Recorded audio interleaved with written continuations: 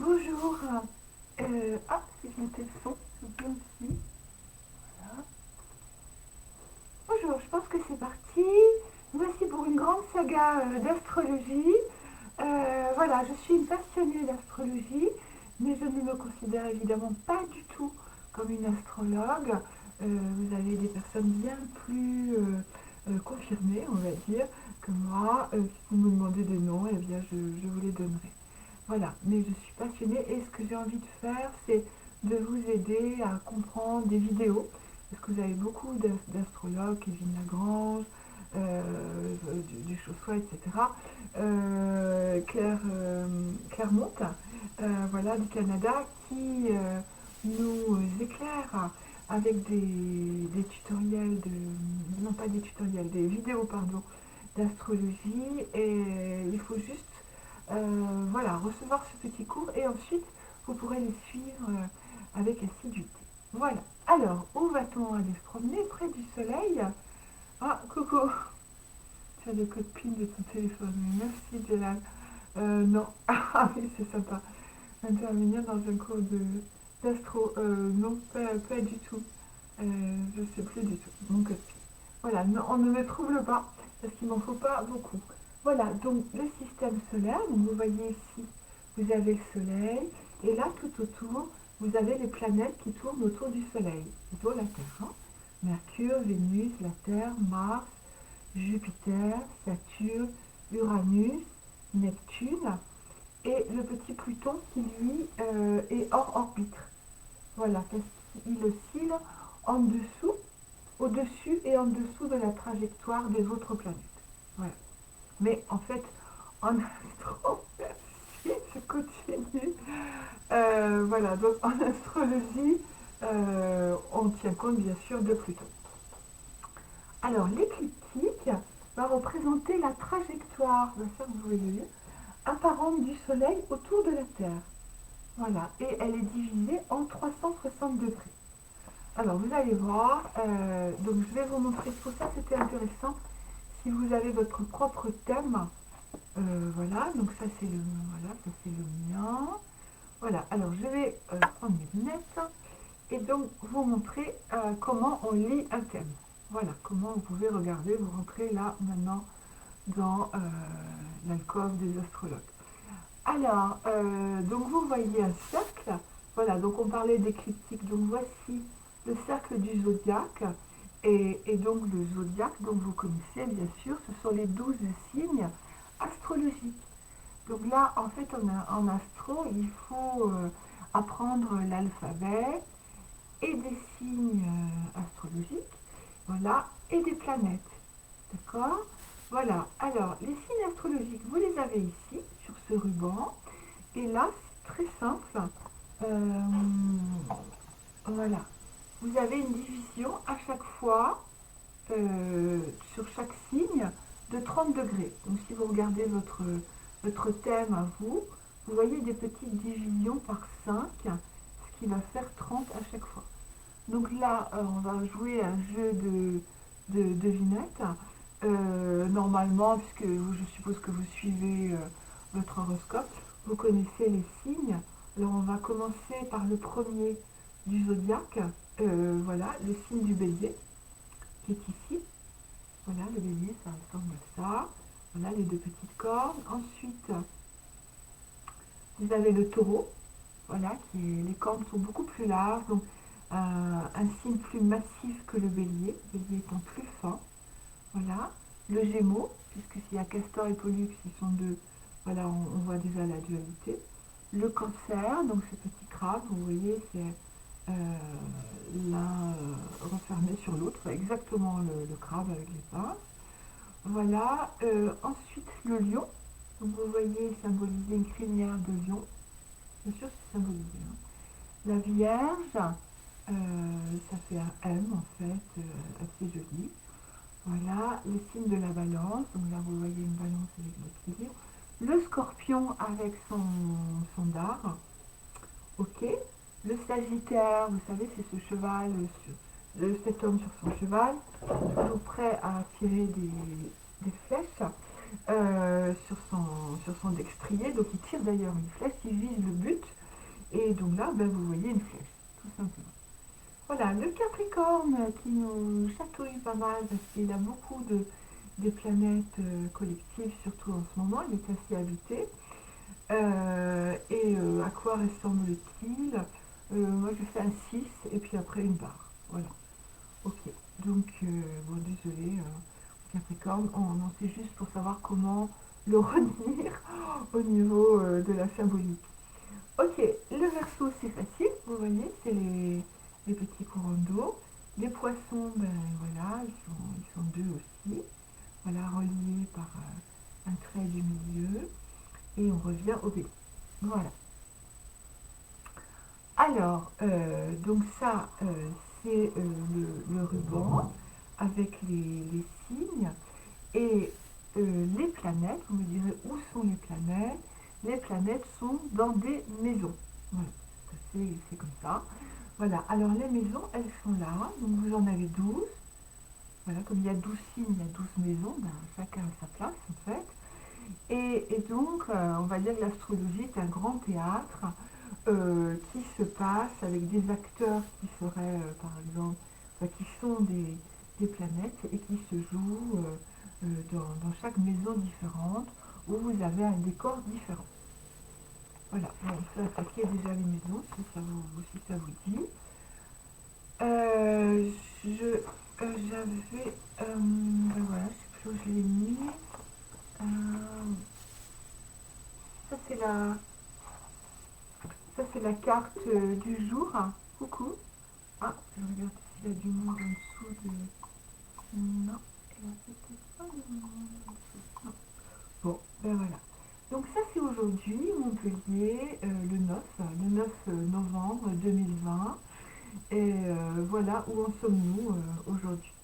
Alors, pour savoir dans quel signe on est, voilà, un signe, vous savez que le soleil va rester un mois dans chaque signe, hein, ça vous le savez, parce que vous pouvez attendre votre anniversaire. Donc évidemment, là, nous sommes dans les anniversaires des scorpions.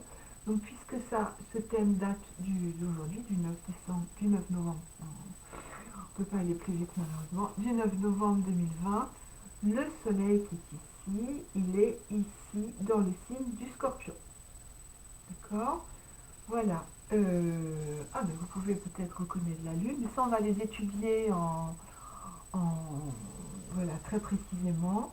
Et donc vous pouvez voir la lune qui est ici dans le signe du lion et qui est à la fin. Vous avez retenu que là il y a 30 degrés et donc là vous voyez la lune est à 28 degrés du lion. Alors il y a une chose très importante au début, c'est de savoir bon, comment ça marche mais comment ça tourne aussi, hein. Voilà, en fait on va aller par là, d'accord? Ce qui est assez simple à retenir, parce que vous savez très bien qu'après les signes des scorpions, il y a les signes du Sagittaire. Après le Sagittaire, il y a les Capricornes, les Verseaux et les Poissons, dont je fais partie. Voilà, donc ça c'est assez simple. J'ai plus beaucoup d'encre sur mon imprimante, donc on ne va pas voir tout, mais on voit, comme je vous le disais, que dans ce signe du Capricorne, vous avez, on va dire, un amas planétaire. Donc là, on a Jupiter, on a Saturne et on a Pluton. Voilà, alors vous avez compris que ça tournait comme ça, hein, on va dire c'est sens inversé, je vous montre. Et donc, dans quelques temps, et ça vous allez le voir, donc mi-décembre, on a un gros déménagement dans le zodiaque. Donc on a ici Jupiter et Saturne qui vont visiter le voisin d'à côté, voilà, parce que ça tourne comme ça. Donc ils vont passer en Verseau. Donc ça, ce sera très important. Voilà. Je vais peut-être vous parler des maisons. Tiens, ça... qu'est-ce que je fais? Je parle de maison. Oui. Alors, donc, comment on va l'orienter? Comme ça. Voilà. Ariel. Voilà, donc là vous voyez bien sûr le soleil. Ça c'est très joli parce que vous voyez le dessin. Vous voyez bien le dessin de la constellation. Voilà, il ne s'agit pas d'apprendre que de l'astrologie. On peut aussi avoir la constellation. Et là, c'est super parce que vous avez le signe. Peut-être je vais essayer de vous le mettre. Oui, je peux vous le scanner, vous le mettre sur Facebook. Voilà. Et donc là, on va dire la maison 1. On va parler de la maison 1, qui est la maison du bélier. Ok. Et qu'est-ce qui se passe dans cette maison 1? La maison 1 est aussi la maison de l'ascendant.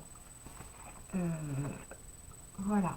Donc, voilà pour moi. Donc, j'ai mon soleil. Vous voyez que je suis héliocentrique, géocentrique, parce que c'est surtout mon thème. Mais bon. Voilà. Alors, là, mon soleil est ici, en poisson. Donc, je suis bien du signe du poisson. Et ici, c'est marqué ASC. L'ascendant, mon ascendant est Gémeaux. L'ascendant, c'est là où le soleil se lève au moment de la naissance. Voilà, donc je suis née à 11h30. Voilà, donc si j'étais née à 8h, je serais née poisson, enfin, à peu près, hein, voilà, poisson ascendant poisson, mais étant née plus tard que 8h, c'est bien, j'ai oublié de baisser mon téléphone. Je suis donc née ascendant Gémeaux et ça me va très bien. Bon, alors la maison 1, voilà, elle est peut-être un peu plus spécifiée. Voilà, la maison 1, la maison du bélier en fait, est une maison qui va parler de votre état physique, de votre personnalité, ce que vous mettez en avant. Voilà, donc l'ascendant, c'est coucou Nora, ça me fait plaisir. Donc l'ascendant, c'est ce avec quoi vous jouez, en fait, ce que vous mettez en avant pour survivre, tandis que le signe, votre signe, c'est votre âme. Moi, je suis poisson ascendant Gémeaux, donc d'un naturel, on va dire mystique, à cause du signe du poisson. Et donc ce que je mets en avant, c'est mon ascendant Gémeaux, qui est surtout la communication, comme vous êtes en train de vous en rendre compte. Ok, la maison 2, qui est la maison du gentil taureau, là, que vous voyez. Et vous voyez la constellation du taureau.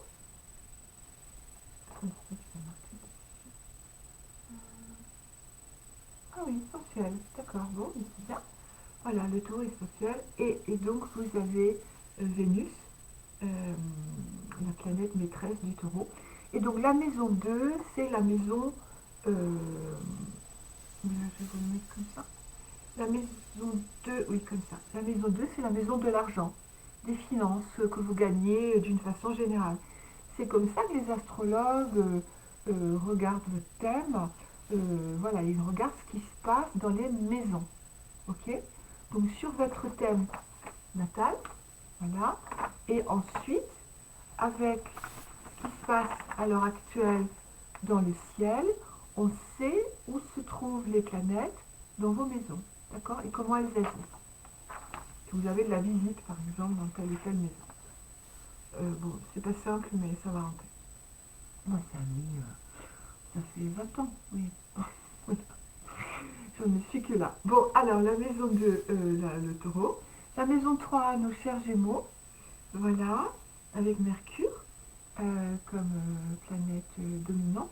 Donc là, ça va être la maison 3, ça va être l'environnement, c'est le relationnel, l'entourage immédiat et aussi les correspondances, Mercure, hein, tout ce qui va vous aider à communiquer.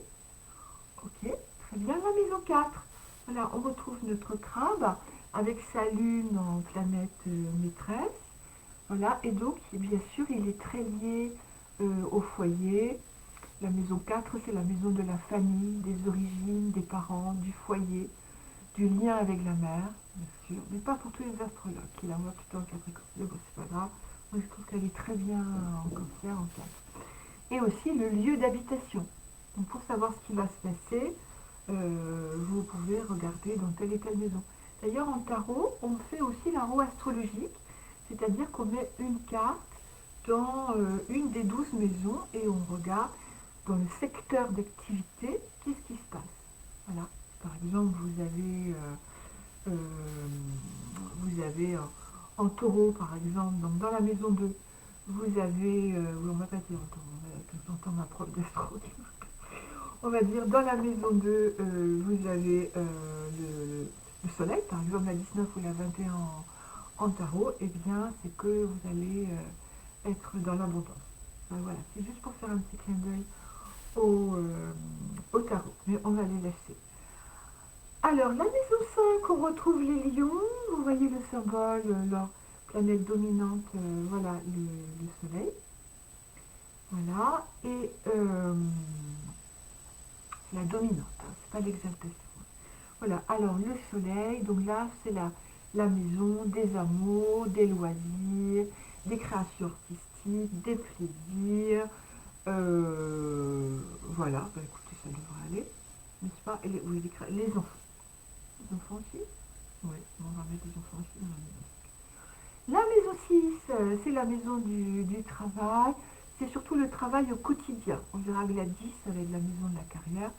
Donc c'est le travail au quotidien. Et là, nous serons dans le gentil signe de la Vierge. Je vous mets la tête en bas. Voilà, et qui a Mercure comme planète dominante. Ok, voilà. Ensuite, après la Vierge, eh bien, vous avez le signe de la Balance, voilà, qui est dans la maison 7. Voilà, et donc la maison 7, c'est toujours les, euh, les, euh, les contrats, les relations, le mariage. Bonjour Eric, oui, salut, coucou. La maison 7, voilà, le mariage, les relations de couple, les associations ou les contrats à venir. Ok. Ensuite, après la maison 7, évidemment, vous avez la maison 8 en scorpion. Voilà. Dans la maison 8, voilà, le scorpion. Et qu'est-ce qu'ils ont mis en scorpion? Ah oui, ils ont mis Pluton. Oui, c'est bon. Ok, donc voilà, Pluton, oui, Mars ou Pluton, oui, bien sûr. Alors la maison 8 est une maison où il se passe des choses assez drastiques parce que c'est la maison de la grande transformation, c'est mort et renaissance. Et voilà, tu le sais, Eric, voilà, quand on classe les tarots dans la maison 8, là, il y a des changements. Donc, les transformations, ça peut être aussi l'argent, donc les héritages, les dettes, les passions et la sexualité. Voilà, les opérations chirurgicales, les procès. Parfait. Ensuite, vous avez en 9, voilà, dans le ciel, ça va être comme ça, hein. En 9, vous aurez le signe du Sagittaire. Donc, vous le retrouvez avec Jupiter, une planète dominante. Vous le revoyez avec sa flèche. Donc, la maison 9, ça va être la maison des voyages, de l'étranger, aussi des conceptions philosophiques, religieuses, spirituelles. Et c'est le monde du lointain, au sens propre et au sens figuré. Le Sagittaire aime bien voyager. La maison 10, qui sera normalement complètement en haut du thème, et c'est habité par le Capricorne. Vous voyez son signe et vous voyez le gentil Saturne là, qui nous taquine, qui est bien chez lui, mais qui va être délogé en décembre. Je crois que lui c'est le 20. Il s'en va en Verseau. Voilà, il s'en va chez le voisin en décembre. Et ça devrait bouger pour nous. Entre Jupiter, mais ça je vous le redirai, qui s'en va le 18 je crois, et Saturne qui s'en va le 19 décembre 2020 chez le voisin d'à côté. Et il laisse d'ailleurs Pluton en Capricorne, et donc normalement on devrait avoir du neuf. Même si Saturne est bien sûr très content d'arriver chez lui en Verseau où il est, je crois, en domicile. Non, je vais dire, enfin, j'en sais rien, c'est pas grave, j'ai le droit de toute façon de dire des bêtises. Voilà, donc la maison 9, voilà, ben c'est bon. Voilà, et nous passons chez le voisin, voilà, chez les Verseaux. Donc vous voyez Uranus ici, qui est un petit peu stylisé. Donc le signe du Verseau est ici. Et donc Uranus, donc la maison 11, hein, après la 10, la 11. Vous voyez la constellation du Verseau.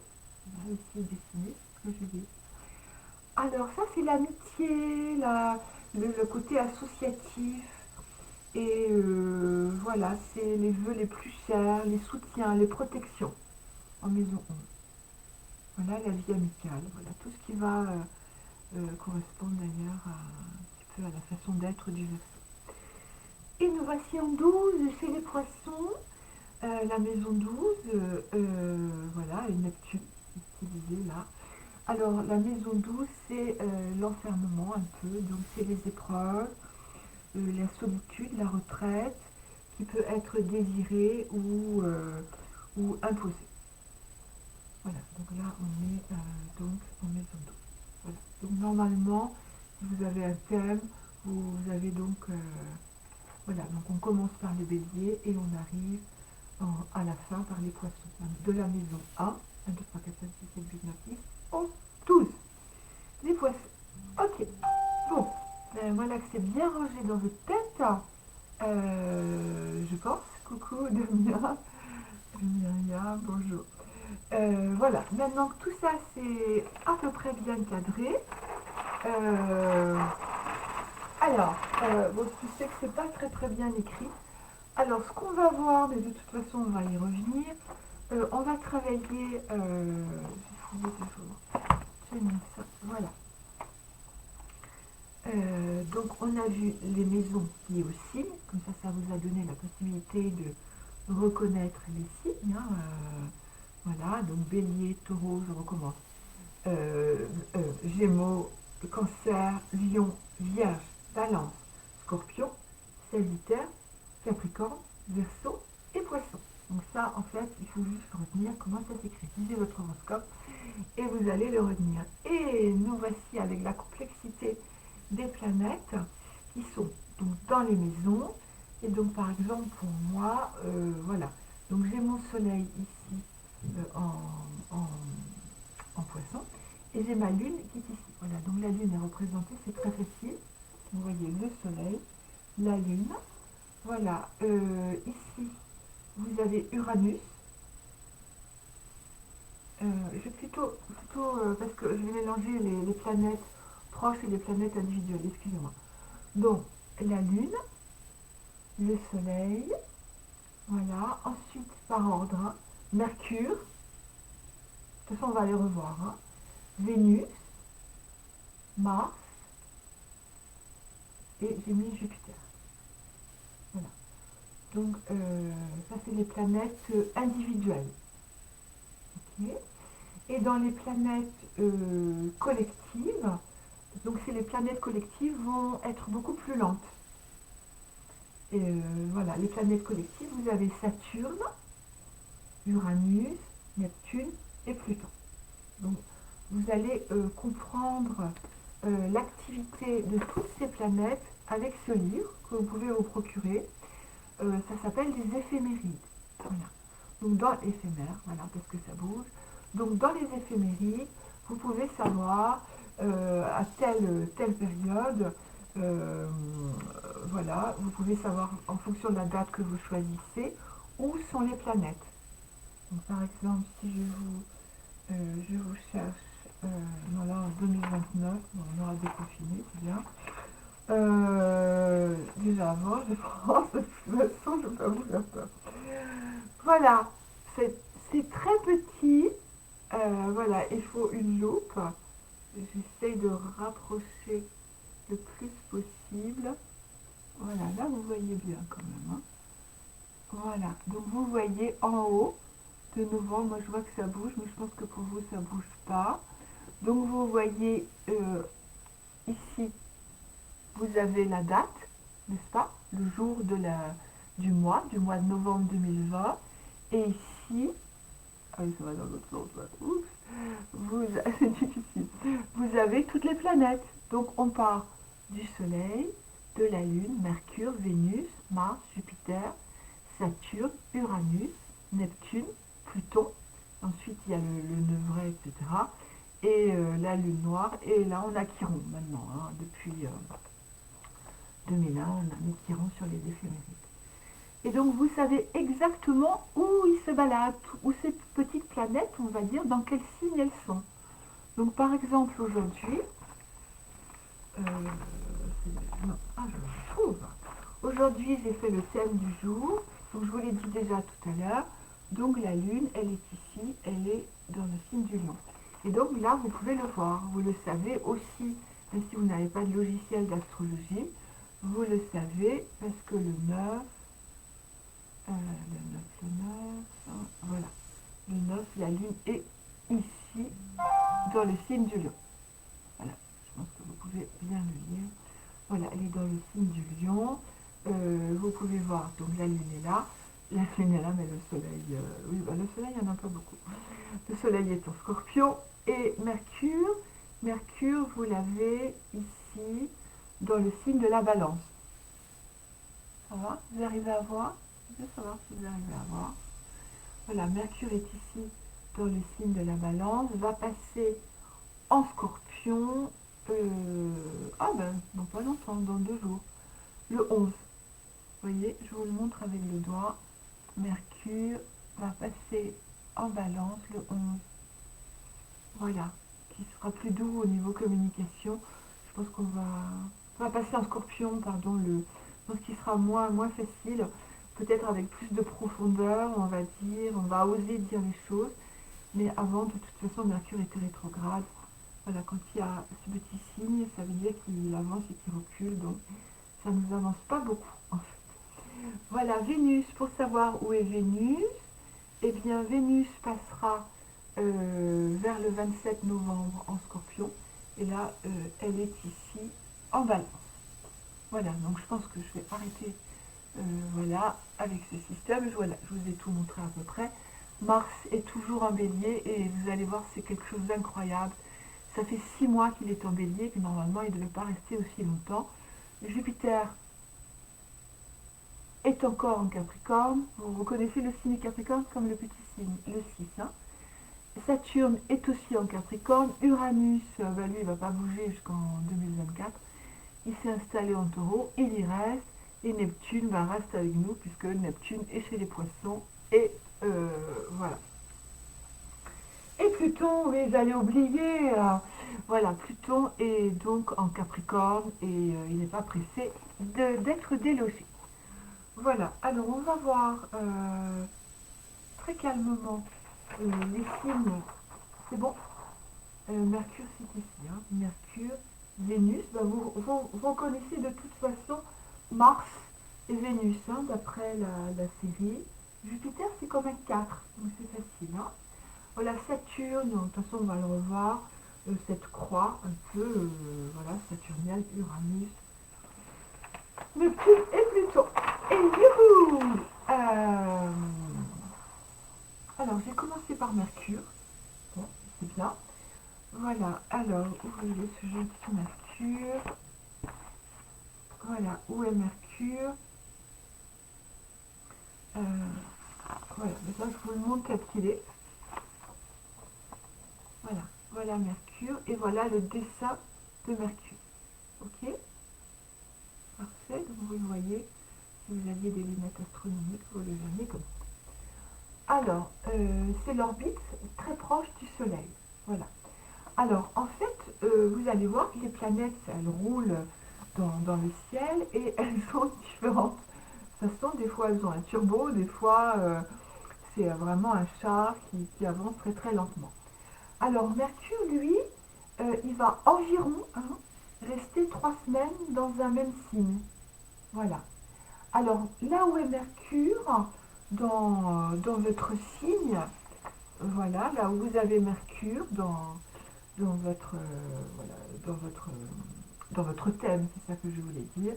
Voilà, on peut interpréter Mercure là où il est dans notre thème. Donc là, moi j'ai Mercure. Alors il y a 2 choses à interpréter. J'ai Mercure en Poisson et j'ai Mercure en maison 10. D'accord? C'est ça qui est un peu... voilà, Mercure en Poisson et Mercure en maison 10. Alors, qu'est-ce que ça veut dire? Alors, Mercure en Poisson, ce n'est pas si facile que ça d'avoir Mercure en Poisson, parce que le langage est un peu confus. Je cherche... voilà, ben vous voyez, je suis un peu perdue, voilà, c'est normal. Mercure en Poisson, c'est ça, c'est un peu le bazar. Regardez comment sont les notoriétés en Poisson, et bien je vais plus le retrouver. Si, et ici, je l'ai retrouvé. Voilà, je l'ai retrouvé, Mercure s'y retrouve. Et ben oui, parce que j'ai Mercure en exil. Voilà, ma chère Louise qui m'a enseigné l'astrologie structurale. a réussi à me structurer quand même un tout petit peu. Et donc là, ma chérie, je sais encore lire ton graphique et je vois que j'ai Mercure en exil. Donc j'ai besoin, comme elle me le disait, elle me l'a rabâché, de quelqu'un qui, un interlocuteur ou quelqu'un qui parle. Enfin bon, bref. Voilà, ça c'est l'astrologie structurale, vous verrez, c'est passionnant. Et donc, qu'est-ce que j'étais en train de dire? Oui, et je perds pas le fil, et je l'ai en maison 10, qui est quand même la maison de la carrière. Donc, j'ai un intense besoin de vous divulguer, de vous faire part de tout ce qui se passe dans mon bocal. Voilà. Donc, si vous avez votre thème sous les yeux, que vous avez besoin de... allez-y, n'hésitez pas. Vous avez peut-être le temps de le, de le monter sur un programme. Vous trouvez très vite. Hein. Vous demandez thème sur votre portable, hein, sur l'ordi. Vous allez le monter très très vite. Et ainsi, vous pourrez suivre le cours avec votre thème. De toute façon, le cours n'est pas fini, loin de là. Et enfin, en tout cas, il ne va pas finir aujourd'hui. Donc, vous pourrez avoir dressé votre thème en sachant bien sûr votre heure et votre lieu de naissance. Vous avez le temps de téléphoner à maman d'ici demain. Alors, donc Mercure, il est chez lui en Gémeaux, voilà, et il est en exaltation dans le signe de la Vierge. Donc, être en exaltation, ben, c'est qu'il est bien placé. Hein. Donc il est aussi en maison 3, comme je vous l'ai montré tout à l'heure. Donc évidemment, si vous avez Mercure dans votre maison 3, c'est que eh bien, vous avez... c'est juste Mercure en maison 3. Hein. Après, il faut regarder les aspects. Les aspects, c'est la géométrie que vous avez à l'intérieur de votre thème.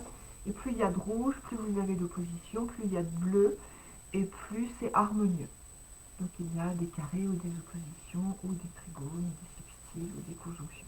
Voilà, ça c'est la partie complexe de l'astrologie avec les aspects. Voilà, donc c'est bon.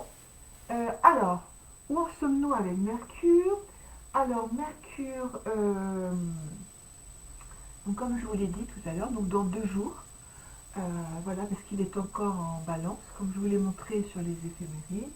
Donc il va rentrer en scorpion. Je pense que vous voyez le petit signe là-haut du scorpion. Il va y rentrer, vous voyez, il va vite, il a à peu près 3 semaines. Voilà, il va y rentrer du 11 novembre 2020, bien sûr. Hein, et il en sortira au 1er décembre. Et il en sortira pour aller en Sagittaire. Voilà, donc à partir du 2 décembre 2020, Mercure sera en Sagittaire, ce qui va nous donner, je pense, plus d'éclairage sur le monde, une ligne de direction. C'est possible qu'on arrive à nous communiquer une ligne de direction dans notre difficulté de voir clair ou d'expression. Je pense qu'on en saura plus. Euh, voilà, on aura plus de communication plus claire en Sagittaire, ça, je pense. Quoique, le signe du Sagittaire, ah ben oui, non, Mercure est en exil. Donc, mais voilà, c'est peut-être un lien lié à une idée, un fil conducteur. Voilà, je pense qu'on arrivera sans doute début décembre à avoir un fil conducteur de la pensée. Voilà, j'y suis arrivée, je m'en suis sortie. Ok, bon, alors Vénus, je vais vous montrer Vénus. Quel bazar! Voilà, alors Vénus est ici. Regardez comme Vénus est belle. Donc vous rappelez que Vénus se dessine ainsi. Hein, ok, la petite croix sous les cercles. Ok, alors Vénus, bah, elle va à peu près aussi vite que Mercure. Voilà, et voilà, elle bouge en 3 semaines. Elle va rester 3 semaines dans un signe, Dieu merci. Comme ça nous crée un mouvement, des rencontres, pourquoi pas. Et alors là où elle va apporter l'art, l'esthétisme, la fécondité, la douceur, la sensibilité, voilà, l'écologie, les jardins, à condition qu'elle soit à l'aise dans le signe où elle va se loger. D'accord? Voilà. Alors, elle sera très contente d'être en taureau. Elle sera aussi chez elle en balance. Voilà.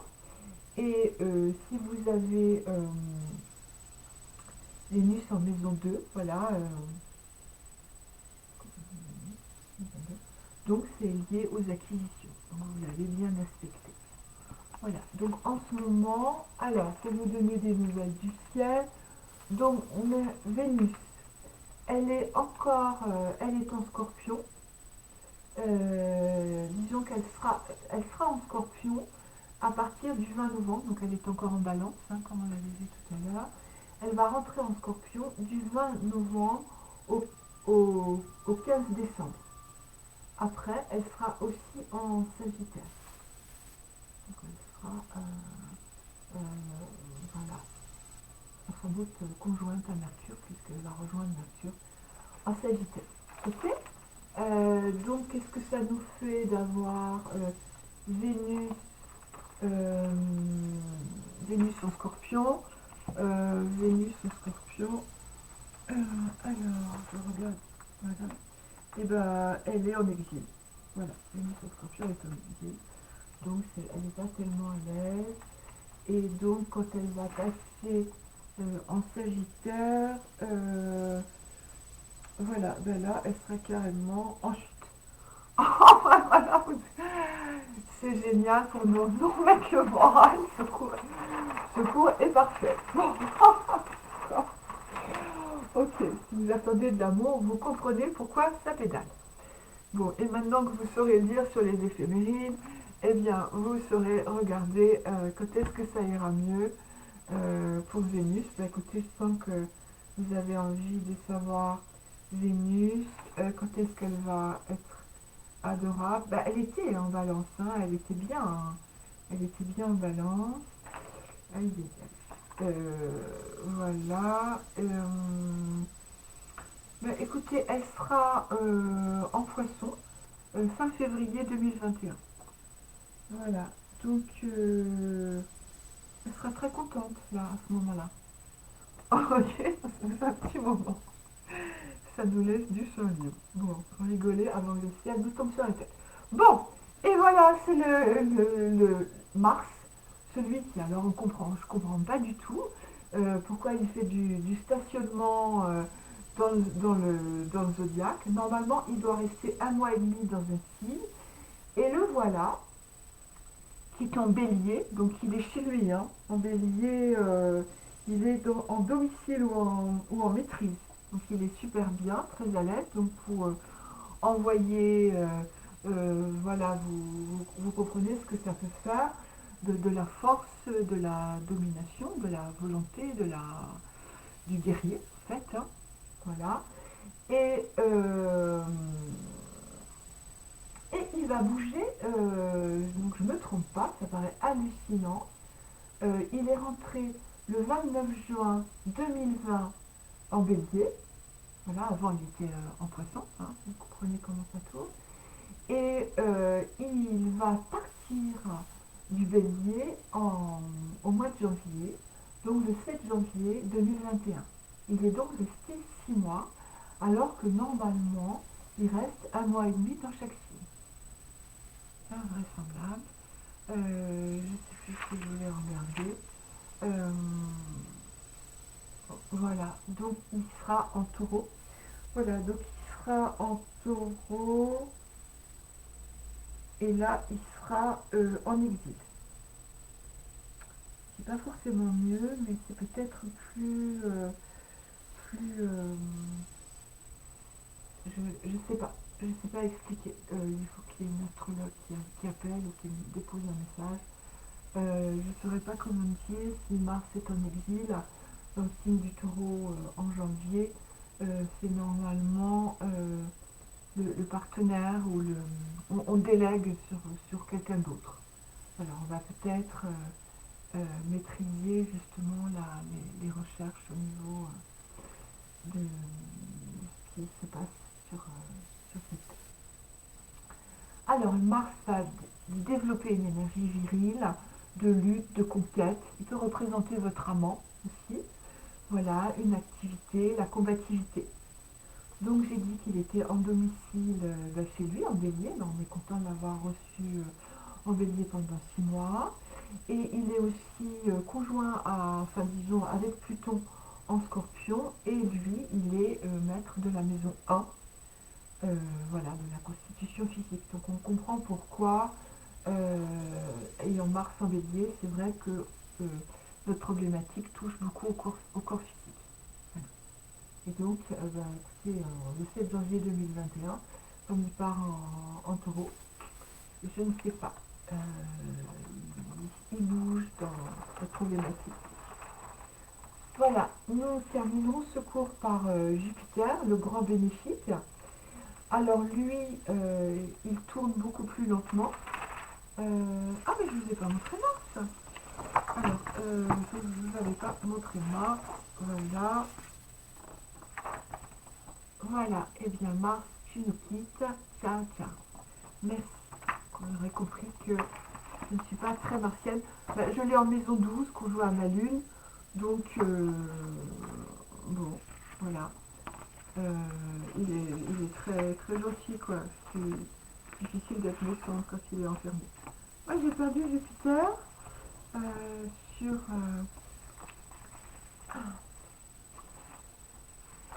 je voulais vous montrer Jupiter. Ah, oui, regardez Jupiter. Uranus. Excusez-moi. Comme ça. Ah, voilà. Ça aurait été vraiment dommage. Voilà, c'est très très beau Jupiter. Voilà, et vous reconnaissez le signe hein, comme le 4. Voilà, voilà Jupiter.